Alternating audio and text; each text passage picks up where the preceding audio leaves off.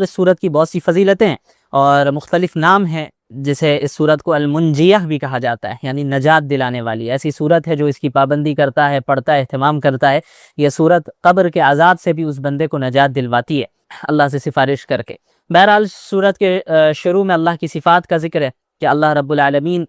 موجود بھی ہے، اللہ مالک ہے، سب سے بالاتر ہے، آسمان و زمین پر اللہ تعالیٰ کی حکومت ہے، اور اللہ تعالیٰ ہر چیز پر قادر ہے، وَهُوَ عَلَى كُلِّ شَيْءٍ قَدِيرٌ۔ اس کے بعد اللہ تعالیٰ نے موت اور حیات کی پیدائش کا ذکر کیا کہ اللہ تعالیٰ نے اس دنیا کو کیوں بنایا اور اس میں انسانوں کو کیوں بنایا اور انسانوں کو زندگی اور موت کیوں دیتا ہے۔ الذی خلق الموت والحیات لیبلوکم ایکم احسن عملا، اللہ نے موت اور حیات کو اس لیے پیدا فرمایا تاکہ انسان کو آزمائش میں ڈالے اور امتحان لے کہ بھئی کون کتنا اچھا عمل کر کے آ رہا ہے۔ تو یہ اس دنیا میں جو آنے کا جو ہمارا مقصد ہے وہ اللہ کی عبادت ہے، اور یہ دنیا ایک دارالامتحان ہے، ایگزامینیشن ہال ہے، یہاں پر ہم امتحان دے رہے ہیں۔ جو جتنا اچھے اعمال کر جائے گا ایمان کے ساتھ، اس کا وہی مقام اور اس کو اسی کے مطابق اجر مل رہا ہے۔ اس کے بعد کفار کی حماقت کا ذکر ہے۔ اللہ نے فرمایا کہ آیت نمبر 28 میں قُلْ أَرَأَيْتُمْ إِنْ أَهْلَكَنِيَ اللَّهُ وَمَن مَّعِيَ أَوْ رَحِمَنَا فَمَن يُجِيرُ الْكَافِرِينَ مِنْ عَذَابٍ أَلِيمٍ۔ جو کفار تھے وہ نبی کریم صلی اللہ علیہ وسلم کے انتقال ہونے کا انتظار کرتے تھے، کہتے تھے کہ جب محمد صلی اللہ علیہ وسلم کی وفات ہو جائے گی تو اسلام ختم ہو جائے گا۔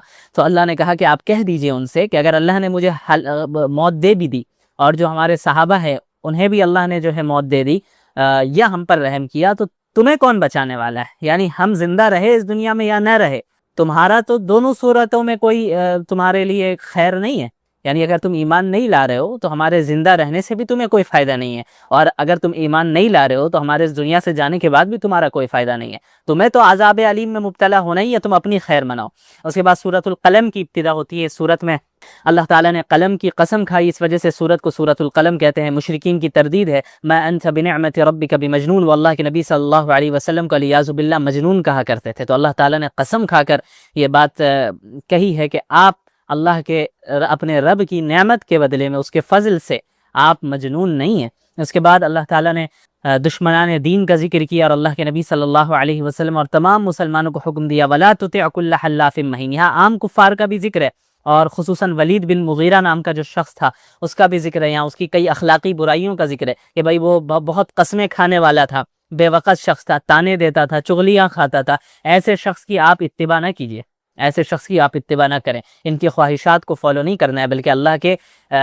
دین کو فالو کرنا ہے۔ یہ تو چاہتے ہی ہیں کہ آپ دین کے معاملے میں ڈھیلے پڑ جائیں، لیکن آپ کو دین کے معاملے میں اسٹرانگ رہنا ہے۔ اسی طرح آیت نمبر 17 میں پھر باغ والوں کا ذکر ہے، اِنَّا بَلَوْنَاهُمْ كَمَا بَلَوْنَا أَصْحَابَ الْجَنَّةِ۔ کفار مکہ جو تھے یہ کہتے تھے کہ بھئی اللہ ہم سے محبت کرتا ہے۔ اس کی دلیل یہ ہے کہ دیکھیں اگر اللہ محبت نہیں کرتا تو ہمیں دنیا میں اتنے مال و دولت کیوں دیتا؟ ہمارے پاس یہ سارے سامان ہے، یہ دولت ہے، یہ مال ہے۔ تو اللہ نے فرمایا کہ آپ ان سے کہہ دیجئے کہ مال و دولت کا اس دنیا میں مل جانا یہ ہرگز اس بات کی دلیل نہیں ہے کہ اللہ کی محبوبیت تمہیں حاصل ہو گئی اور اللہ جو ہے تم سے محبت کرنے لگا۔ یہ اس بات کی ہرگز دلیل نہیں ہے، بلکہ اللہ تعالیٰ اس دنیا میں مال و دولت آزمائش کے لیے بھی دیتا ہے، جیسا کہ اصحاب الجنہ کو دیا، باغ والوں کو دیا۔ باغ والوں کا ایک واقعہ یہ ہے کہ ایک شخص تھا جس کے باغات تھے، وہ اس باغ کی پیداوار سے فقراء اور مساکین کو بھی پیسے دیا کرتا تھا اور تقسیم کیا کرتا تھا، یعنی جو بھی پیداوار ہوتی تھی وہ غریبوں میں تقسیم کرتا تھا۔ لیکن جب وہ شخص مر گیا تو اس کی اولاد جو تھی وہ باغ کی مالک بنی، لیکن اولاد نے کیا کیا، بہانے بنا کر مساکین اور فقراء کو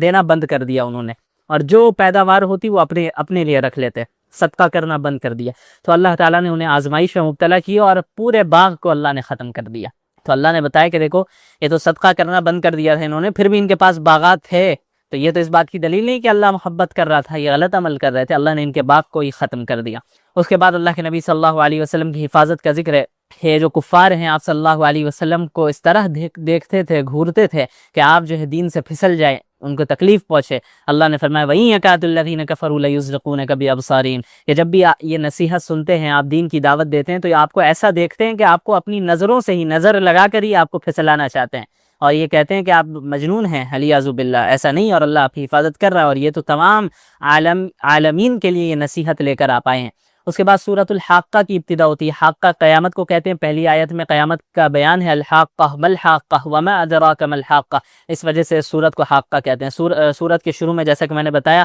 قیامت کے قائم ہونے کا بیان کیا جا رہا ہے، اور اس کے بعد پھر سابقہ اقوام یعنی قوم سمود، قوم عاد، قوم فرعون، قوم نوح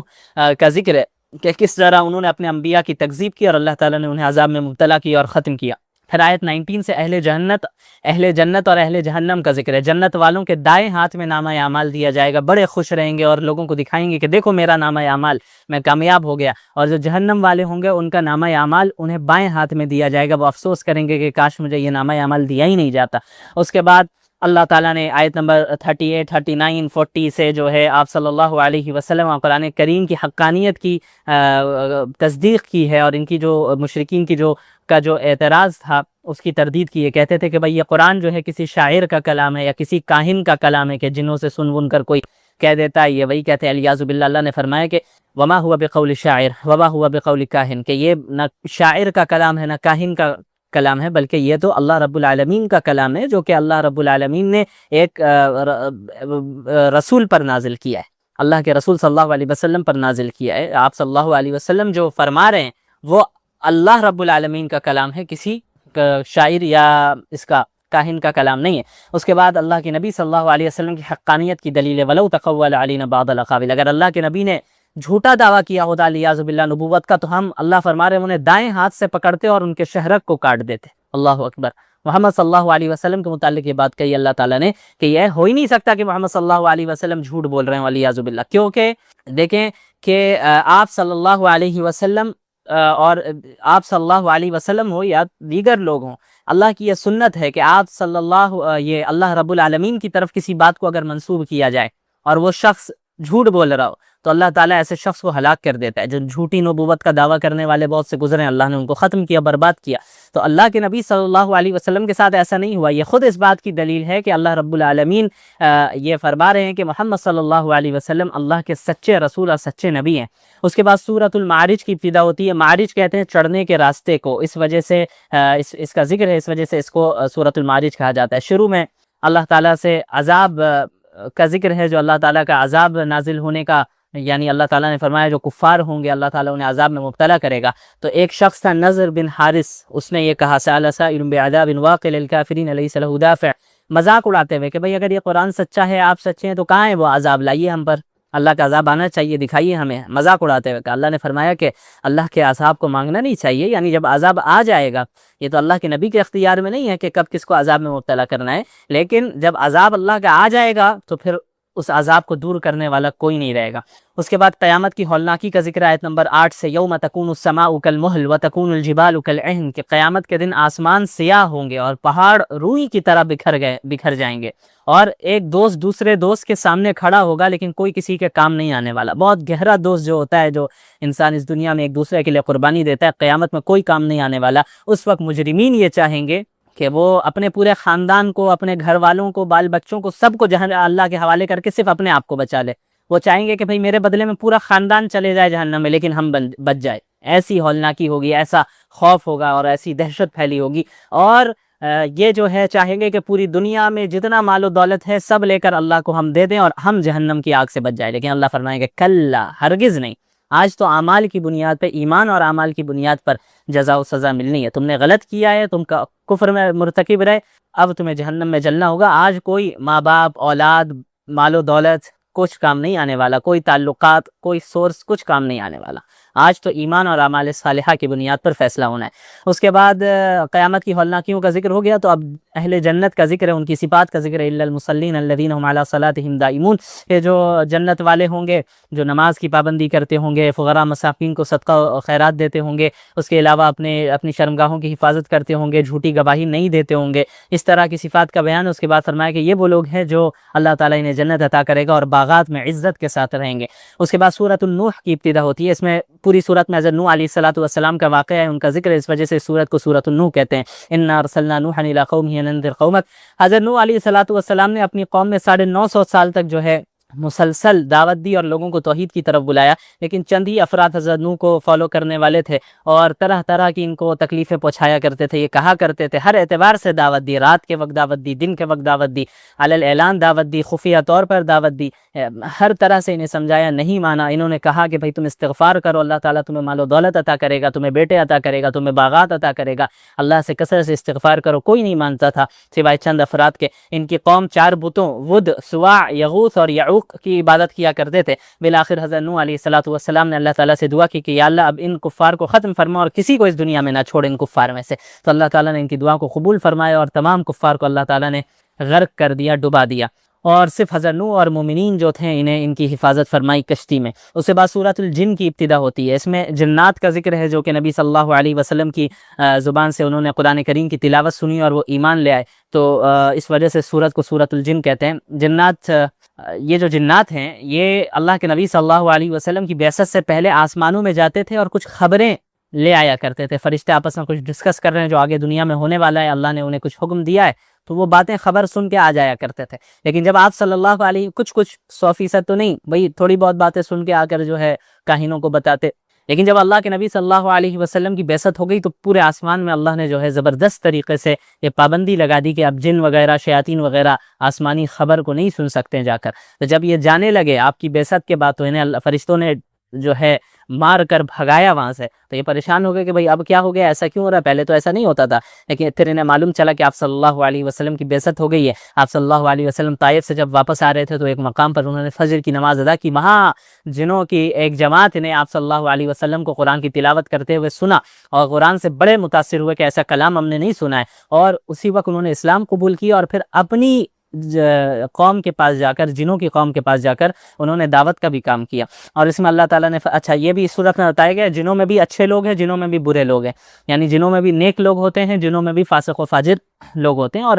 یہ بھی مکلف ہے شریعت کو فالو کرنے کے، ان کے ساتھ بھی جنت جہنم کا معاملہ ہے۔ اس کے بعد اللہ تعالیٰ نے آیت نمبر 26 میں فرمایا عالم الغیب فلا یظہر علی غیبہ احدا، کہ علم غیب اللہ تعالیٰ کی خاص صفت ہے، عالم الغیب ہونا، کہ اللہ جس رسول کو جتنی غیب کی خبریں بتانا چاہتا ہے اللہ تعالیٰ بتاتا ہے۔ کامل علم غیب تو صرف اللہ کے پاس ہے، اور بعض غیب کی خبریں اللہ جس نبی کو چاہتا ہے بیان کرنا وہ بتا دیتا ہے۔ اس کے بعد سورۃ المزمل کی ابتدا ہوتی ہے۔ مزمل کا معنی ہے چادر میں لپٹنے والا، چونکہ نبی کریم صلی اللہ علیہ وسلم پر جب پہلی وحی نازل ہوئی تھی تو آپ صلی اللہ علیہ وسلم کو پر اتنی زبردست ذمہ داری آئی تو آپ کو گھبراہٹ بھی ہونے لگی اور انہیں سردی لگنے لگی، تو حضرت خدیجہ رضی اللہ عنہا سے انہوں نے کہا کہ زملونی مجھے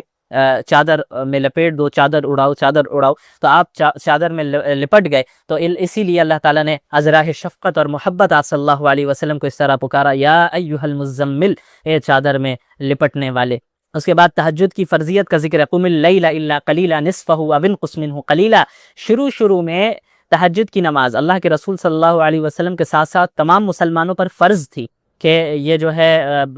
رات کے آخری حصے میں اٹھ کر تہجد کی نماز پڑھنا، یہ تمام مسلمانوں میں، اللہ کے نبی پر تو تھی، تمام مسلمانوں پر بھی یہ نماز فرض تھی، لیکن بعد میں اللہ تعالیٰ نے امت کی آسانی کے لیے اس کی فرضیت کو منسوخ کر دیا تقریباً 1 سال کے بعد۔ لیکن اس کے باوجود جو ہے یہ سنت اور مستحب کے درجے میں ہے ہی کہ ایک انسان اٹھے اور اس وقت اللہ سے لو لگانا اور دعا مانگنا، اور جو دعا کی قبولیت کا وقت ہوتا ہے وہ ہے ہی بہرحال، لیکن فرض کے درجے میں نہیں ہے اس امت کے لیے۔ اس کے بعد اخیر میں 4 چیزوں کا حکم دیا، نماز کی پابندی کرنا، زکوٰۃ ادا کرنا، صدقہ دینا، اور اللہ تعالیٰ سے اپنے گناہوں کی معافی مانگنا، استغفار کرنا۔ پھر سورۃ المدثر کی ابتدا ہوتی ہے۔ مدثر کا بھی وہی معنی ہے جو مزمل کا ہے، یعنی چادر میں لپٹنے والے۔ اس کے بعد اس سورت کی ابتدا ہوتی ہے، آپ یہ جو اللہ تعالیٰ نے پکارا یا ایھا المدثر یا ایھا المزمل، یہ محبت میں آپ صلی اللہ علیہ وسلم کو اس طرح پکارا ہے۔ یہاں پہ کئی حکم دیا اللہ کے نبی کو، قم فانذر، آپ اٹھیں اور لوگوں کو اللہ کے عذاب سے ڈرائیں، وربک فکبر، اپنے رب کی تکبیر بیان کرے، وثیابک فطہر، اپنے کپڑوں کو پاک کرے، والرجز فہجر، اور گندگی کو یعنی شرک اور بت پرستی کو آپ چھوڑ دیں،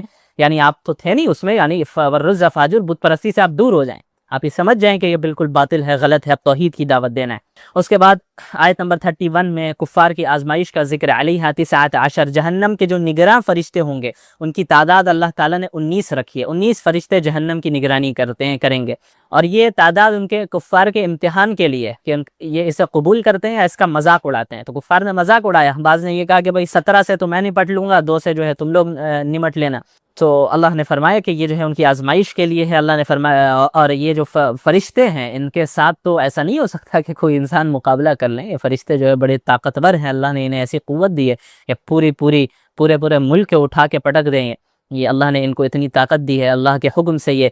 کر سکتے ہیں ان چیزوں کو، تو کون شخص ہوگا ایسا جو جہنم کے نگراں سے لڑ کر جہنم سے باہر نکل جائے گا۔ بہرحال اس کے بعد آیت نمبر 42 43 میں جہنم میں جانے کی وجہ بیان کی گئی ہے۔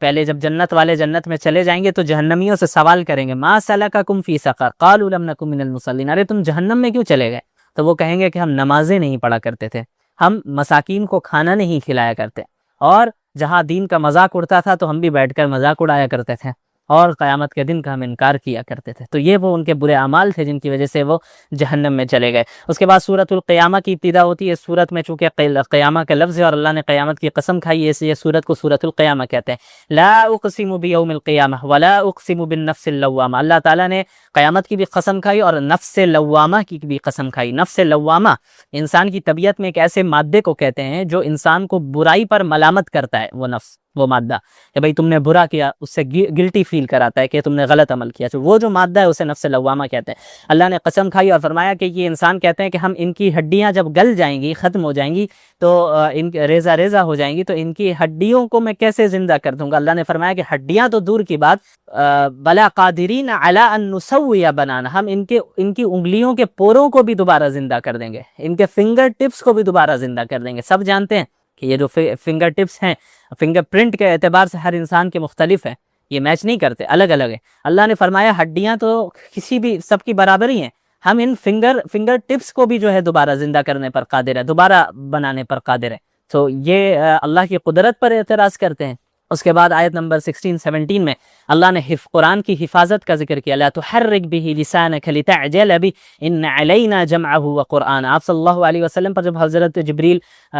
کے ذریعے سے اللہ تعالیٰ وحی نازل کرتے تو حضرت جبریل علیہ السلام جب قرآنی آیتوں کو پڑھ کر سناتے اللہ کے نبی صلی اللہ علیہ وسلم کو، یعنی جب وحی نازل ہو رہی ہوتی تو شروع میں آپ صلی اللہ علیہ وسلم تیزی سے اس کو ریپیٹ کرتے اور اپنی زبان اپنے ہونٹ کو ہلاتے اور پڑھتے، جیسے حضرت جبریل بتا رہے ہیں آپ ریپیٹ کرتے تیزی کے ساتھ۔ تو اللہ نے فرمایا کہ آپ کو اتنی زحمت اٹھانے کی ضرورت نہیں ہے، آپ اس لیے ریپیٹ کرتے کہ کہیں ایسا نہ ہو کہ میں بھول جاؤں، حضرت جبریل آیت بتا کے چلے جائے اور میں بھول جاؤں تو پھر میں پہنچا نہیں پاؤں گا، تو وہ ریپیٹ کرتے تھے۔ تو اللہ تعالیٰ نے فرمایا کہ آپ کو اتنی زحمت اٹھانے کی ضرورت نہیں ہے، آپ جو اپنی زبان کو تیزی سے نہ ہلائیں، حرکت نہ دیں۔ قرآن کو آپ کو یاد کرانا اور اس کو جمع کرانا یہ ہماری ذمہ داری ہے، یعنی ہم جو آپ پر قرآن نازل کر رہے ہیں تو آپ کو یاد بھی ہم ہی کرائیں گے، اس لیے آپ کو گھبرانے کی ضرورت نہیں، آپ نہیں بھولیں گے انشاءاللہ۔ اس کے بعد آیت نمبر 37 میں پھر جنت والوں کا ذکر ہے کہ قیامت کے دن ان کے چہرے تر و تازہ ہوں گے اور وہ اپنے رب کا دیدار کریں گے۔ قیامت کے دن اللہ تعالیٰ کا دیدار نصیب ہوگا اہل جنت کو۔ اور آیت نمبر 37 میں ذکر ہے انسانی تخلیق کا، الم یکن نطفۃ من منی یمنی، یا اللہ تعالیٰ نے انسانی تخلیق کے مراحل کو بیان کیا کہ انسان کو غور کرنا چاہیے، وہ تو ایک نطفے سے، ایک ناپاک قطرے سے اللہ تعالیٰ نے اسے پیدا کیا ہے، تو اللہ تعالیٰ اس پر قادر نہیں ہے کہ انہیں دوبارہ زندہ کر دے گا؟ کس طرح انسان ایک نطفہ تھا، نطفے کی شکل میں تھا، اور کس طرح اللہ نے اسے ہٹا کٹا انسان بنا دیا، الگ الگ نعمتیں دی، اسے قوت دی، بول سکتا ہے، دیکھ سکتا ہے، سن سکتا ہے، تو وہ اللہ کے اس پر قادر نہیں ہے کہ اس کے مر جانے کے بعد اللہ اسے دوبارہ زندہ کر دیں۔ سورۃ الدہر کی ابتدا ہوتی ہے، دہر زمانے کو کہتے ہیں۔ پہلی آیت میں چونکہ یہ لفظ موجود ہے، هل اتى على الانسان حين من الدهر لم يكن شيئا مذكورا، اسی مناسبت سے سورت کو سورۃ الدہر کہا جاتا ہے۔ تو اس میں انسان کی حیثیت بتائی گئی کہ اللہ نے فرمایا کہ ایک زمانہ انسان کا تو ایسا تھا کہ وہ کوئی قابل ذکر چیز ہی نہیں تھا، یعنی وہ تو کچھ تھا ہی نہیں، اللہ تعالیٰ نے جو ہے پھر اسے نطفے سے پیدا کیا اور اسے قابل ذکر بنایا۔ اللہ نے جو ہے اسے نعمتیں دی، اللہ نے اسے آنکھیں دی، کان دی، ہاتھ دی، پیر دی، تو یہ اللہ نے بعد میں اسے عطا کی ہیں، ان ساری چیزوں کو اللہ نے عطا کیا ہے، اور اس سے پہلے تو یہ کوئی قابل ذکری چیز نہیں تھا انسان، تو اللہ نے جو ہے آزمائش کے لیے اسے پیدا کیا ہے، اور جب ہم نے اسے نعمتیں ادا کر دیں تو اب جو ہے یہ کیا کرتا ہے؟ اللہ کی ناشکری کرتا ہے، اللہ کی نافرمانی کرتا ہے۔ بہرحال پھر قرآن کے متعلق اللہ تعالیٰ نے فرمایا آیت نمبر 29 میں، جنت والوں کا ذکر ہے مستقل، جنت میں مختلف نعمتیں ہوں گی، وہاں نہ زیادہ گرمی ہوگی نہ سردی ہوگی، یعنی اللہ نے فرمایا کہ وہاں پہ دھوپ بھی نہیں ہوگی اس طرح کی کہ انسان پریشان ہو کہ اسے سائے کی ضرورت پڑے، جیسے اس دنیا میں ہمیں ضرورت پڑتی ہے، اے سی کی ضرورت پڑتی ہے، پنکھے کی ضرورت پڑتی ہے، گرمی اتنی زیادہ ہوتی ہے، وہاں اس کی بھی نہیں ہوگی۔ ولا زمہریرا، اور نہ ہی سخت سردی ہوگی، سردی بھی زیادہ ہو تو اس میں بھی تکلیف ہوتی ہے، بھائی اب جو ہے ہیٹر کی ضرورت ہے اور کمبل کی ضرورت ہے، اس کی ضرورت ہے، پانی کی ضرورت ہے، گرم پانی کی ضرورت ہے، اور طرح طرح چیزوں کی ضرورت پڑتی ہے، اور گرمی ہو تو اور دیگر چیزوں کی ضرورت پڑتی ہے، تو زیادہ گرمی ہو تب بھی تکلیف ہوتی ہے، زیادہ سردی ہو تو تب بھی تکلیف ہوتی ہے۔ اللہ نے فرمایا جنت میں نہ زیادہ گرمی ہوگی نہ زیادہ سردی ہوگی، یعنی بالکل خوشگوار ویدر ہوگا، خوشگوار موسم، کوئی ٹینشن نہیں، کوئی پریشانی نہیں۔ دنیا کی نعمتوں سے لاکھ گنا زیادہ بڑی نعمتیں کوالٹی کے اعتبار سے بھی، کوانٹٹی کے اعتبار سے بھی اللہ تعالیٰ عطا فرمائے گا، اور اس جنت سے کبھی نہیں نکالا جائے گا، وہاں کوئی ٹینشن نہیں، عیش کرنے کی جگہ جنت ہے، اسے اپنے ذہن میں رکھیے گا۔ الدنیا سجن المومن و جنت الکافر، یہ دنیا جو ہے مومن کے لیے قید خانہ ہے اور کافر کے لیے جنت ہے۔ کیوں؟ بس یہ یہاں پہ مزے اڑا رہا ہے، عیش و عشرت میں مبتلا ہے یہ کافر، آخرت میں اس کے لیے کوئی حصہ نہیں ہے۔ مومن یہاں پابند ہے، یہاں بہت سی چیزوں کو نہیں کر سکتا کیونکہ اللہ نے منع کیا ہے۔ ممکن ہے بہت سی چیزوں کے کرنے کی خواہش ہو، لیکن چونکہ اسلام نے حرام ہے، یہاں بچنا ہے، یہاں رکنا ہے۔ جس طرح ایک قید خانے میں ایک جو شخص ہوتا ہے وہ ہر چیز نہیں کر سکتا، اس کو اپنے ذہن کو بنا لینا ہوگا کہ بھئی جب میں قید خانے سے نکلوں گا تبھی میں آزاد ہو پاؤں گا، یہاں تو نہیں میں ساری چیزوں کو کر سکتا۔ ٹھیک اسی طرح مومن بھی اس دنیا میں جائز چیزوں کو، اپنی خواہشات کو جائز طریقے سے پورا کرتا ہے، لیکن وہ خواہشات جو شریعت سے ٹکرائے اس کو دبانا پڑتا ہے، اسے پیچھے رکھنا پڑتا ہے۔ یہ جو لوگ نعرے لگاتے ہیں فریڈم کا کہ بھئی جو ناجائز خواہشات بھی ہے اس کو بھی انسان کو کرنے کا حق ہونا چاہیے، تو کریں آپ، لیکن پھر آخرت میں کوئی حصہ نہیں ہے، کلیئر بات ہے بالکل۔ فریڈم وہ ہے جو اللہ نے بتایا انسانوں کے لیے، ناجائز خواہشات کو کرنے کے لیے آپ فریڈم کا لیبل لگا لیں، ہیومن رائٹس کا لیبل لگا لیں، تو یہ تو حماقت ہے، بے وقوفی ہے، اور دوسروں کو بھی بے وقوف بنانا ہے۔ یہ اس دنیا میں اپنی خواہشات کو کنٹرول کرنا ہے، اللہ کو فالو کرنا ہے۔ جنت میں آپ جو چاہیں گے وہ بھی اللہ دے گا، اور اللہ اس سے بڑھا کر دے گا، اسی لیے فرمایا لہم ما یشاؤون فیہا ولدینا مزید، کہ جنت میں یہ جنت والے جو چاہیں گے اللہ انہیں وہ عطا کرے گا، اور ہمارے پاس اور بھی زیادہ ہوگا، اپنی طرف سے بھی ہم اضافہ کر کے دیں گے، تو عیش کی جگہ جنت ہے۔ اس کے بعد اللہ تعالیٰ نے قرآن کا ذکر کیا، ان ہذہ تذکرہ، قرآن کریم ایک نصیحت ہے، جو بھی اللہ کی طرف راستہ اختیار کرنا چاہے کر لے، اللہ کی طرف جو اپنی طلب سے جائے گا، ہدایت کو تلاش کرے گا، اللہ تعالیٰ ایسے شخص کو ہدایت دیتا ہے، لیکن جب کوئی بندہ خود ہی نہیں چاہے تو پھر یہ اس کا قصور ہے۔ اس کے بعد سورۃ المرسلات کی ابتدا ہوتی ہے۔ مرسلات کہتے ہیں ہواؤں کا جو چلنا ہے اس کو مرسلات کہتے ہیں۔ سورت کے شروع میں چونکہ اللہ تعالیٰ نے ہواؤں کی قسمیں کھائی ہیں، اس وجہ سے سورت کو سورۃ المرسلات کہتے ہیں۔ یہاں پہ 5 قسمیں ہیں تقریباً۔ والمرسلات عرفا، قسم ہے ان ہواؤں کی جو مسلسل چلائی جاتی ہیں۔ فالعاصفات عصفا، قسم ہے ان ہواؤں کی جو آندھیوں کی طرح چلتی ہیں۔ والناشرات نشرا، قسم ہے ان ہواؤں کی جو بادلوں کو اڑا کر منتشر کر دیتی ہیں۔ قسم ہے پھر اس کے بعد ان فرشتوں کی۔ فالفارقات فرقا، قسم ہے ان فرشتوں کی جو وحی لا کر حق اور باطل کے درمیان فرق کر دیتے، الگ الگ کر دیتے ہیں۔ فالملقیات ذکرا، قسم ہے ان فرشتوں کی جو وحی کے ذریعے نصیحت کو نازل کرتے ہیں۔ ان قسموں کے کھانے کا مقصد یہ ہے کہ اللہ نے جو قیامت کا وعدہ کیا ہے وہ سچا ہو کر رہے گا، قیامت ہر حال میں آ کر رہے گی۔ اس کے بعد جہنمیوں کا ذکر ہے کہ کس طرح اہل جہنم کا انجام ہوگا، اور پھر جہنم کی آگ کے بڑے بڑے شعلے ہوں گے، اتنے بڑے بڑے شعلے ہوں گے جہنم میں، جہنم کی آگ کے کہ گویا کہ محل ہو، ایک ایک شعلہ محل کی طرح لگے گا۔ اس کے بعد پھر یہاں پر جنتیوں کا ذکر آیت نمبر 41 سے، ان المتقین فی ظلال وعیون وفواکہ مما یشتہون، یہ جو متقین ہوں گے، اللہ کا تقوی رکھنے والے ہوں گے، اللہ سے ڈرنے والے ہوں گے، دین پر عمل کرنے والے ہوں گے، ان کے لیے جنت ہے، اور ان کے لیے سائے ہے، ان کے لیے چشمے ہیں پانی کے، ان کے لیے میوے ہیں، اور ان سے کہا جائے گا کہ تم جو دنیا میں نیک اعمال کیا کرتے تھے، اللہ پر ایمان لاتے تھے، اس کے بدلے میں اب یہاں تم مزے سے کھاؤ اور خوش رہو، اب کوئی ٹینشن اور کوئی غم نہیں ہے تمہیں۔